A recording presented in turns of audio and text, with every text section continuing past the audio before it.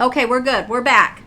Okay. Welcome back to Leaving the Lies and Speaking Your Truth. We're back with part 3 of Gary's interview because we're having some technical difficulties at the end there, part 2. So, Gary, go ahead and continue on with what you were saying.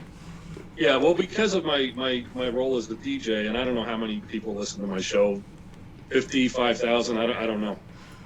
But it's word started getting out to some extent. Like a lot of my friends didn't know about it was happening, but I kept hearing from people somehow that this DJ, he's a Jehovah's Witness, and he's like homeless, and I don't know, like they're just trying to put it all together, and like nobody in his community is helping him. The only people that are helping are like a guy that helped me get my car fixed one day that I had never met before, and then he invited me over for dinner and he invited me to stay at his house.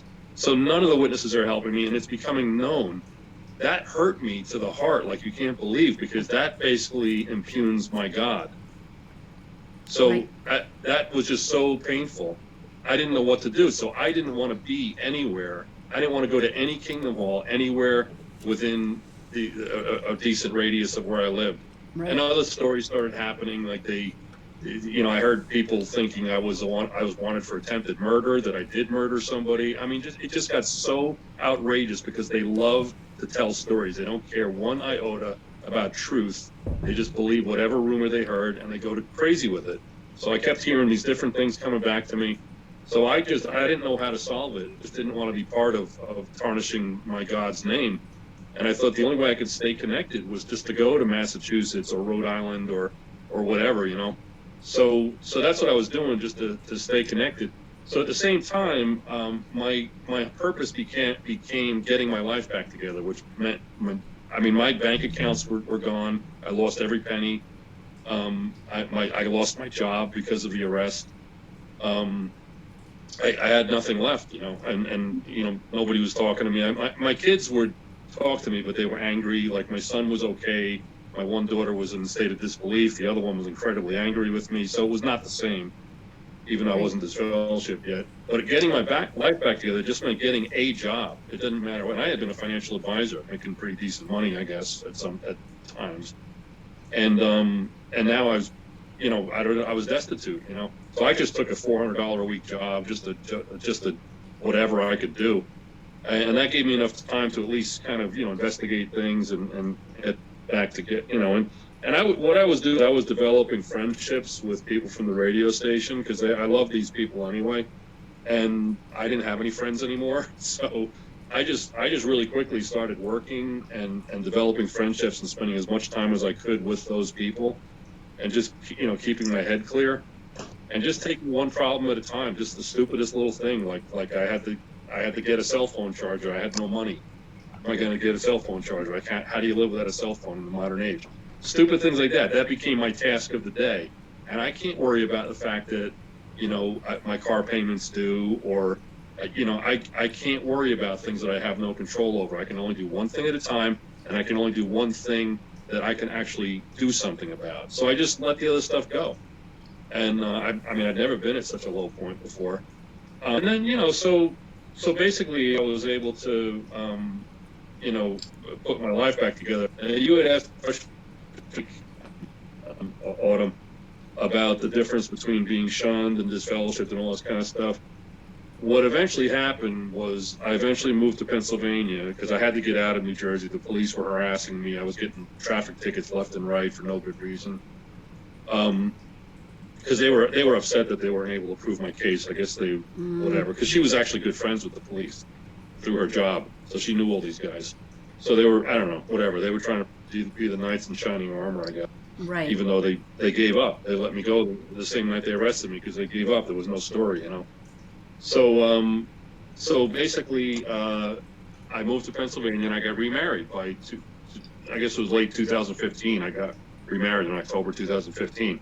January 2016, about 3 months later, I was disfellowshipped because I got remarried because they felt that it wasn't scriptural, And I don't want to go into, detail because, basically to prove that I'll just put it this way. I had proof that it was okay for me to get remarried, Right. but the elders would not look at it. They just wouldn't look at it.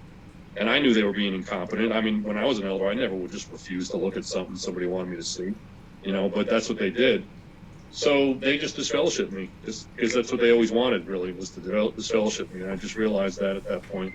So the difference between being disfellowshipped and just being shunned by people because they're awkward or because they think you did something bad is that when you're disfellowshipped, it's official. The body of elders convokes a committee of usually three men. Again, never women, but 3 men. Could be 4 or 5, but it's usually 3. And they've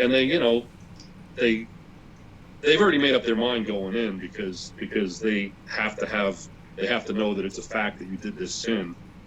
So they were already convinced that I did it. So that means that they were already convinced that I was not going to have proof that I could remarry, because that's what I did. I married somebody. Right. Why is that sinful? You moved on with your life. It's only sinful because they felt I didn't. Right. Huh? You moved on with your life. How dare you? Was well over.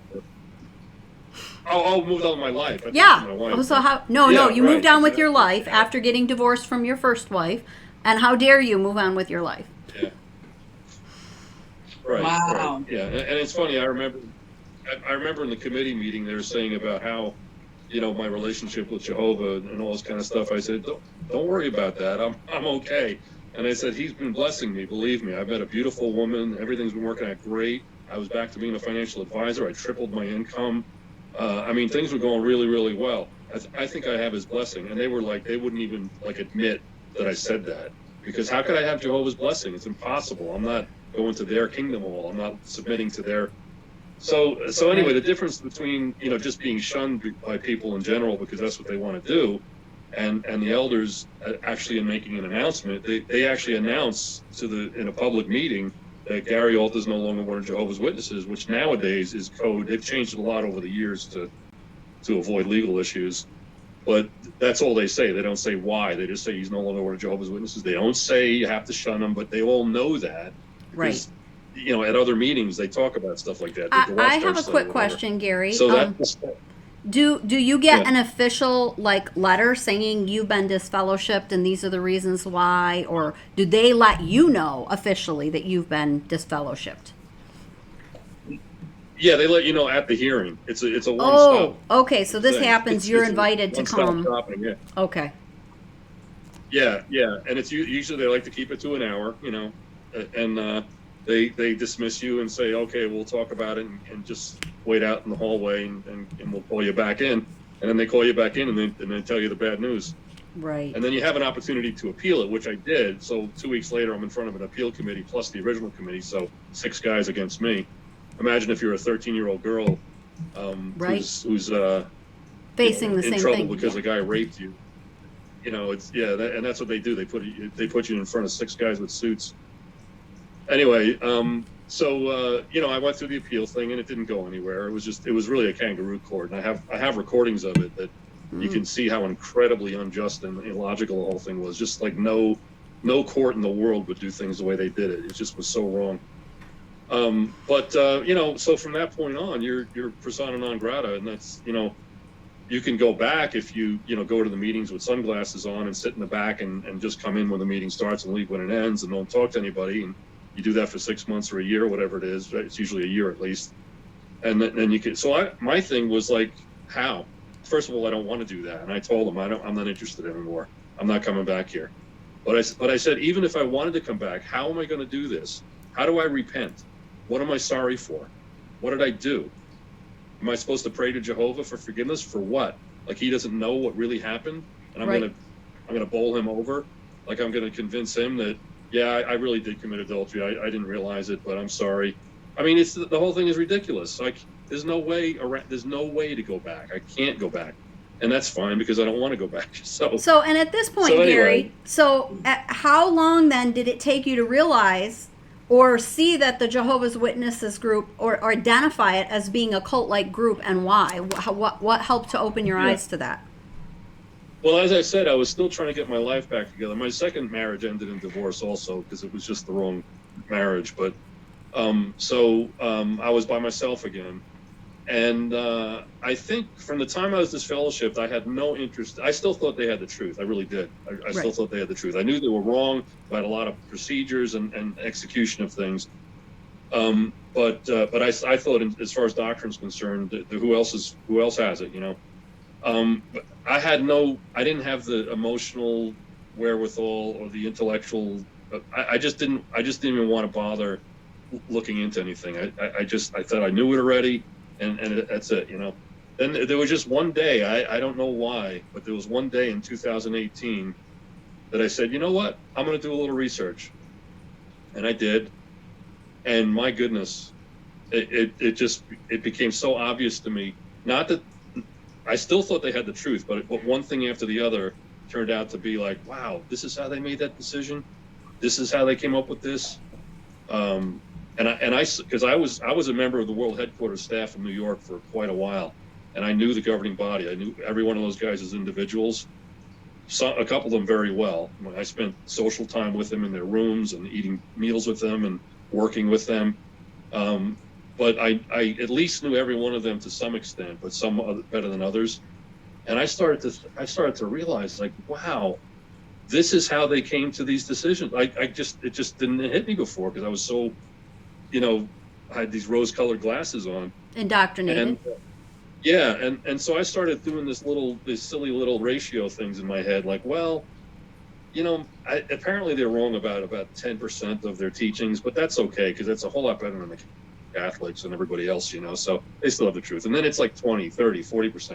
And at some point I started thinking, you can't say you have the truth if you're this wrong about so much. And what really got me was that their claim for the governing body is like the head of the whole. It's like their pope. Right now there's, like, I don't know, 6 to 8 men on it. When I was there was like, I don't know, 15 or something like that. They're supposed to be like the ultimate authority. They're the connection with God and everything.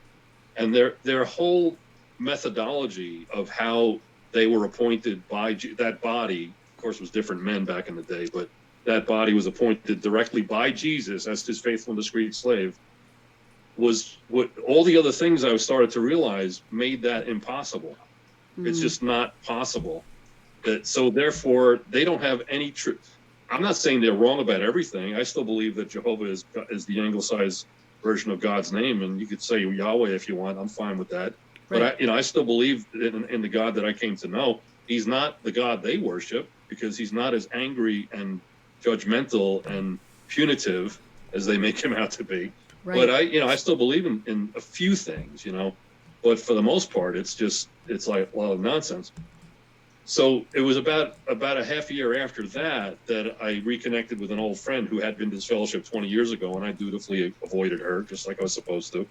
And she was so forgiving. I mean, when I apologized to her, I said, I feel like I really let you down by had no communication for 20 years, and I didn't even know what the problem was. I just believe that the elders must be right.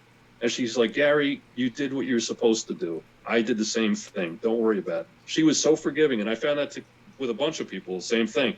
They were so forgiving and loving and understanding, way beyond what any of the actual Jehovah's Witnesses in so-called good standing would ever be. Anyway, because of meeting one of those people, I started studying about cults. And the book in particular that I used, I think it's called Cults Among Us, or Cults in Our Midst, I guess it's called, by Margaret Thayer, I think. I forget. But I was really, with all the research I did, just trying to find out if they have the truth or not, and then whether or not it's a cult. With all of that research, I was on the side of Jehovah's Witnesses. I was trying to prove they have the truth. And once I realized they didn't have the truth, I still refused to believe that it's a cult. I thought that was a complete mislabeling. It's like calling a woman a whore. You don't know what you're talking about. It's the worst thing you can say. It's just an insult at somebody you're angry with. It has nothing to do with reality. And it's just, I just don't use words like that. I don't call women whores. I don't call organizations cults. I just don't do that. So I was trying to prove that they're not a cult. And at first, that's what I came up with. And eventually I saw, well, maybe they're a passive cult, because it's not really emotional mind control, because we all have regular jobs. We're all out there doing things all day long. And, we make our own decisions about almost everything. But the more I looked at it, and I realized that it's not just my experience, it's what you see worldwide in all these congregations. Because where I came in, it was really not, the amount of thought control and mind control was almost nothing. All the stuff you hear about Jehovah's Witnesses aren't allowed to go to college, they're not allowed to go to see certain movies. that's just was not the case where I came in. And I just thought that those were anomalies, but it turns out that where I came in was the anomaly. Everywhere else you go, there are rules, you know. And so I started to realize that it's basically when the day that that truth that leads to eternal life, that book that starts out with the two words, the truth, the day that you decide that this is the truth, you start to seed your thinking to something bigger than you, that it's not just, I believe everything I have learned so far, and I believe what I'm learning today. You have made a commitment to believe everything you will learn from these people. It doesn't matter what it is, because, you know, well, it's the governing body, you know, they're Jehovah's right-hand man, you know. They can't be wrong. That's where it comes in. That's where the mind and the thought and the behavior control and the emotional control starts coming in. So I still don't use the word cult, you know, excessively. Right. Because to me, it's not important whether or not, you know, I mean, I research other groups as well that I see that are hurting people. And I think it sounds cultish to me, but I'm not going to say this is a cult. I mean, if you're talking about like Jim Jones in Guyana, that was a cult. You know what I mean? That's obvious. Right.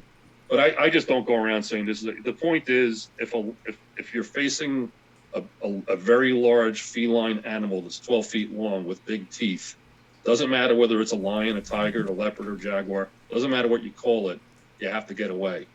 That's the whole point. So you know, anything that's cultic, you know, anything. I mean, I see it in politics today. Right. People's minds are just like Jello. They just believe anything they're told. You know, that's something you got to avoid. You got to do your own thinking, and that's what I learned to do when I was coming back, when getting my life together, was to not ever let anybody think for me. You know. Yep. So, what were some of the things that you've done to work towards your own recovery? Well, again, it was initially just getting my life back together, getting a job and everything, and then doing the research. I don't see myself as like a scarred, like cripple, like damaged by the watchtower. I mean, I made my own decisions. You know, I got in on my own volition. I decided to stay. It was my decision. Nobody coerced me. So even though there's a certain amount of damage, there's some subconscious things that are in our brains that you can't really get out. So you have to figure out how to make that work in harmony with new things that you're going to learn. In other words, not just reject new thoughts out of hand because it doesn't agree with your preconceived notions. I don't think that was hard for me. So I don't really see. I think the difficulty was just the fact that I was kind of by myself for a while, without any communication with people. But it was just really a matter of everyday life, just working and developing friendships. And, well, you wrote your book, which I think is important. Right. I do know that you told in the pre-interview chat, you said that you have spoken at like ex-Jehovah's Witnesses conferences. And I think you said some just regular cult conferences, like ex-cult member conferences too, if I remember right. Yeah, ICSA, which is International Cultic Studies Association. Okay. They don't get involved in labeling, you know, who's a cult. I mean, again, there are some that are obvious, but they're not going to get up there and say Jehovah's Witnesses are a cult. But they had a special day just for Jehovah's Witnesses, and it turns out that the minority of the attendees were Jehovah's Witnesses. They were Scientologists and Moonies and, you know, whatever. But I spoke to that group, and all those videos are available online. In fact, if you go to my website, which is Open Path Life Coach, openpathlifecoach.com, there's a page with videos on it. So okay, but you know, so I've become, you know, I don't want to say activist, because a typical ex-Jehovah's Witness activist is somebody that, I mean, they have different you know, ways that they do things, but like I don't go to Kingdom Halls and you know, stage protests outside and. No, you know, we spoke a lot about forgiveness, and you said that's a big part of your healing too, is just offering a lot of understanding and forgiveness towards the people that not only maybe mistreated you while you were part of the group, but that may still be kind of holding some resentments towards you, and that's definitely, I think, been part of your healing as well. Yeah, it definitely is. In fact, in the other book that I mean, hold this one up until this is a book that was written by, I think, 17 different authors, most of them ex-Jehovah's Witnesses, but a Mormon, an ex-Muslim. And one of the common themes, well, not with every story, but definitely in my story, was not just forgiveness, but gratitude. You know, I find and I'm not grateful for my benefit. I'm grateful because I'm grateful. Right. Because I had some really good times. I learned some good things. Like the congregation where I came in was almost probably 60-70% African American, maybe some Latino and something like that. Well, where I grew up, there were nobody. I mean, they lived like a couple of miles from me, but my school had almost nobody of color. And my goodness, I learned so much about racial Acceptance. love and you know, like just not having barriers at all. I mean, Right. I'm so grateful because even people I know that think they're not racist, they say things that are like, oh my God, I can't believe I just heard that, you know. So, you know, I'm grateful for certain things. Like I learned how to be a public speaker. I don't think I could ever have gotten in front of 6 people if not for the Theocratic Ministry School. Right. So that's very healing, and it's not about you know, I hate the elders that disfellowshipped me. Yeah, it was wrong. They did it completely incorrectly. Procedurally, it's a farce.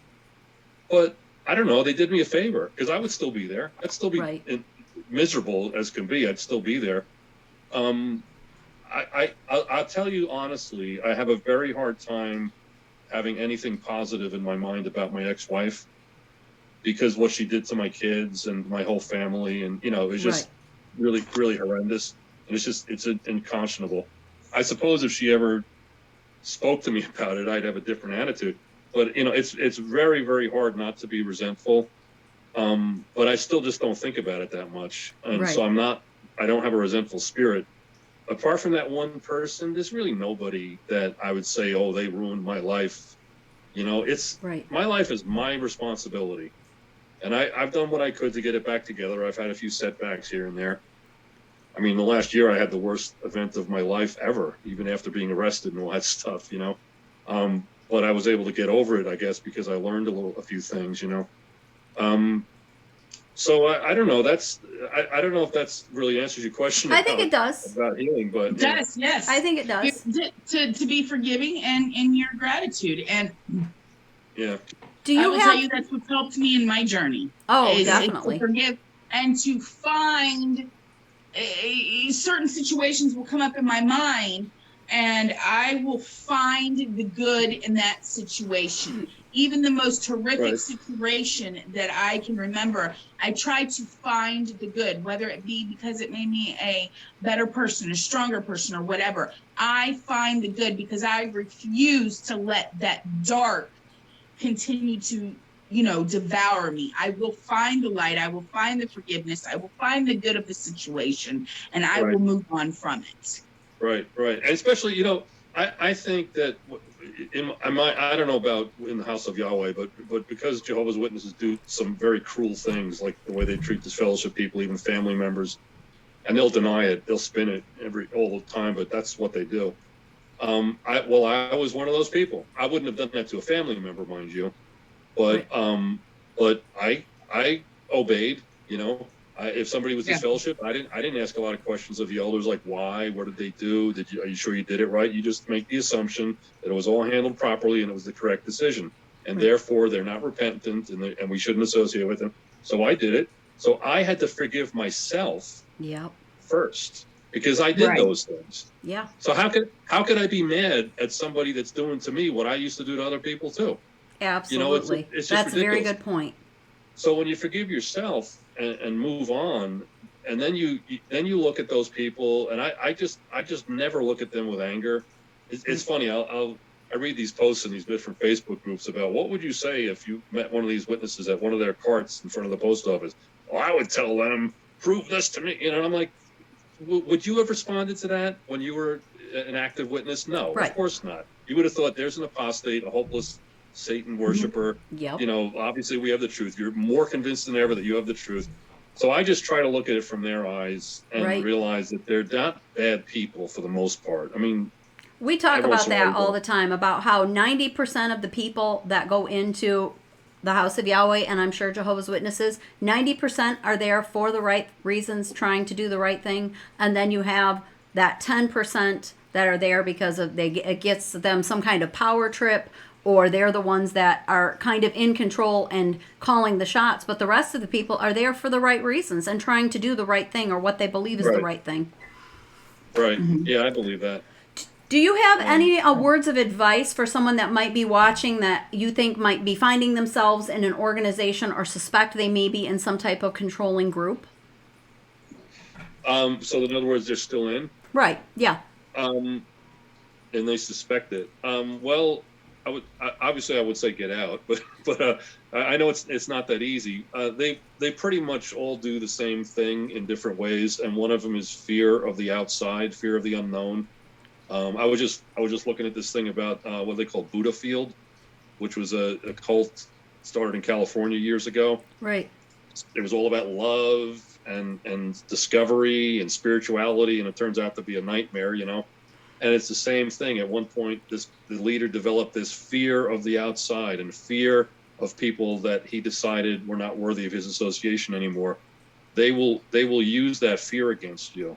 You know, I don't care what group you're in. I'm sure House of Yahweh was similar. Oh yeah. I mean, Mormons, it's the same to different degrees and different, you know, levels of practice. But don't give in to fear.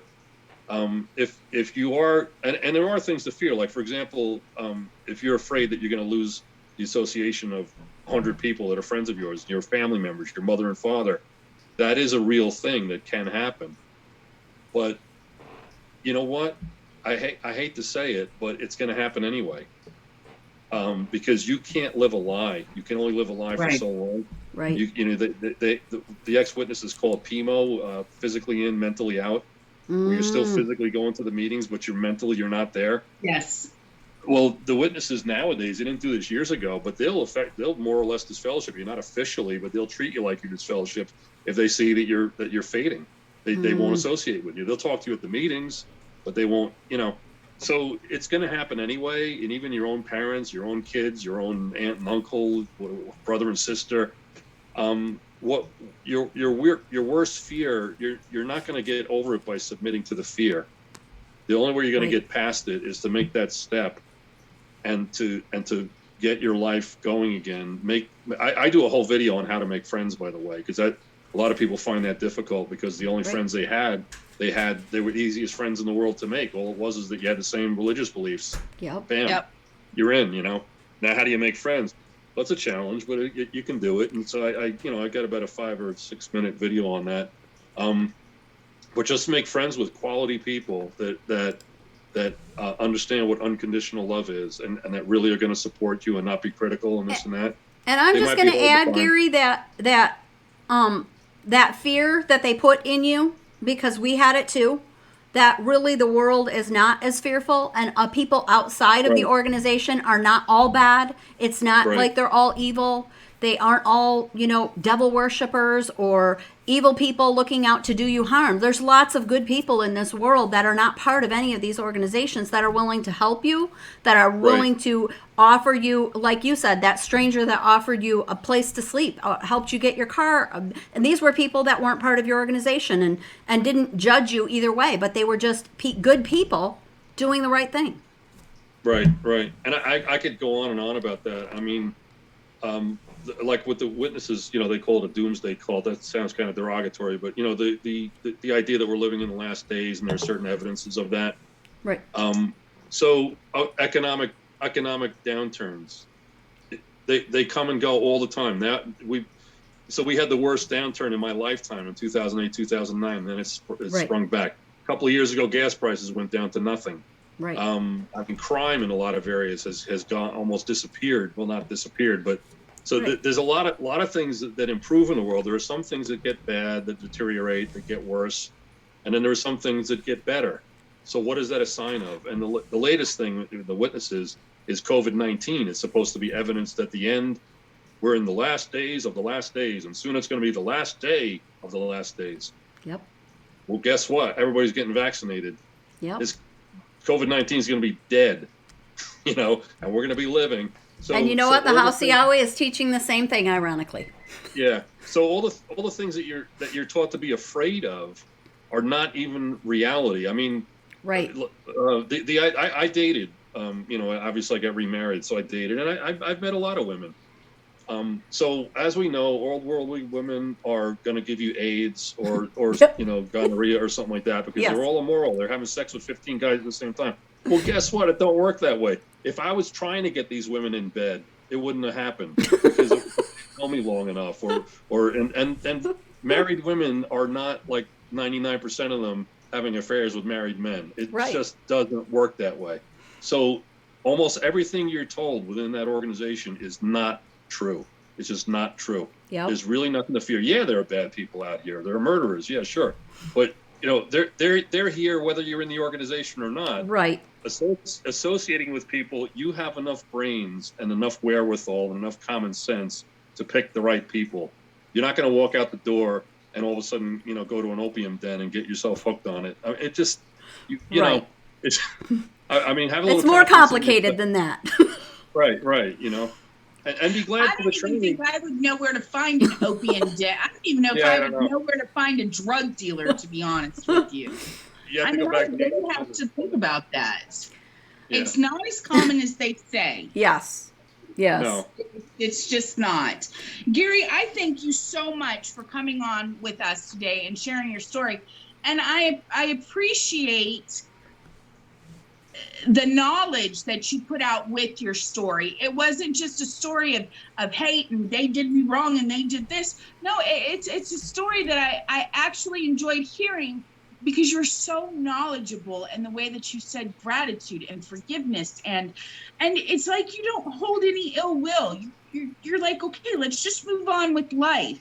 And I appreciate you sharing that with us because I can't honestly say, looking at your story from my point of view, that at the age of 15, when you were an all-in type of person, that I would have the forgiveness and compassion that you have at this moment. And I thank you for sharing that with us and our viewers, because we know that there are people that are still in our ex-cult that are Right. watching, and I need for them to know, and you're the perfect example, that forgiveness, compassion, kindness, love is a reality in this Right. world. And you can that find we're those not things all- outside of your group. Yes. Yeah. And one more thing I wanted to say about you know, compassion and forgiveness and gratitude is that when you're overwhelmed with problems, I mean, just a million things are on your mind and you can't solve half of them. And part of it is the fact that all this indoctrination is in your head. You don't know how to make friends. You don't know how to do this. You don't have to be self-confident. You're so overwhelmed with everything. How do you focus your mind? Being grateful and being forgiving focuses your mind because it gets rid of so much trash. You can't be thinking about how much you hate people if you're forgiving them, you know? I love that. So it just helps you. And that's not the reason why you do it. You're Right. grateful because you are glad that you learned this or did that. Right. But it just so happens that it's like it's like the secret weapon of all secret weapons. It'll completely destroy all those bad thoughts. Thank you. I like that, Gary. Thank you again. Thank Yes. you for being with us. Thank you for sharing this with us. I ask that everybody please like, share, subscribe. We've got to get this message out and to let let people know that there is life after religious abuse. Absolutely. Gary, Melody, thank you for joining me Thank for today. Gary, thank you. you for your Thank you story. again, Gary. We appreciate you. it.